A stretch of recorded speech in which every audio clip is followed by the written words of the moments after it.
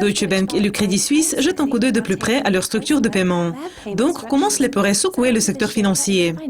D'habitude, Deutsche Bank verse les primes au personnel au premier trimestre de l'année. Mais est-ce que cela va changer? Bien que John Cryan occupe moins de 6 mois le poste et participe aux changements fondamentaux des banques qui sont en cours comme nous le savons, le co-PDG de Deutsche Bank a déçu les grands banquiers en déclarant que les banquiers sont payés et récompensés trop et trop vite. Monsieur Cryan a déclaré « Nous devons réfléchir sur la contribution des gens pendant une période beaucoup plus longue qu'un an. Pour le moment, il y a une promesse de payer d'abord et ensuite on voit une situation ridicule où on a donné un bonbon au bébé et vous avez les difficultés de le reprendre. » John Cryan a expliqué que la banque a besoin de récalibrer ses paiements au personnel, réfléchissant sur la période pendant laquelle il génère de la valeur.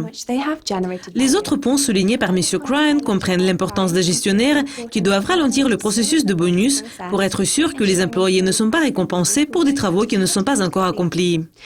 Les drapeaux d'avertissement ont été également soulevés en matière du nombre d'employés qui ont de hauts postes. Les déclarations audacieuses faites par M. Cryan considèrent les attentes de paiement dans le secteur bancaire et il indique que beaucoup de gens dans le secteur croient toujours qu'ils devraient être payés les salaires d'entrepreneurs pour ce qu'ils font, tout en travaillant avec un salaire régulier, une pension et probablement un régime de soins de santé et en jouant avec l'argent des autres.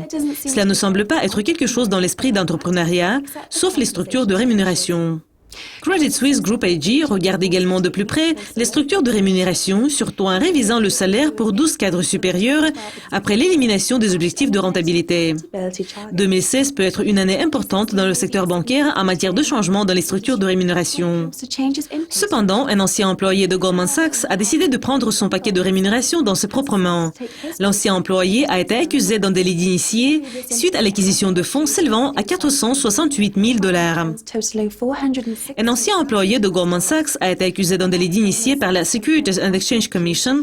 L'ex-employé a été embauché pour aider au système informatique de surveillance de l'activité illégale et illicite. Cependant, l'ancien employé de Goldman, M.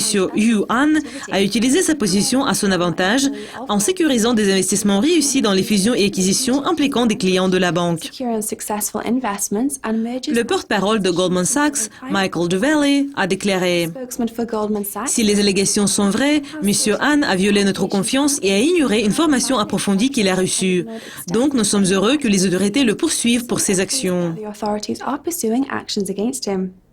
Bon, c'est tout pour le moment, mais restez à l'écoute de Dukascopy TV pour apprendre plus sur les mouvements des marchés. Au revoir.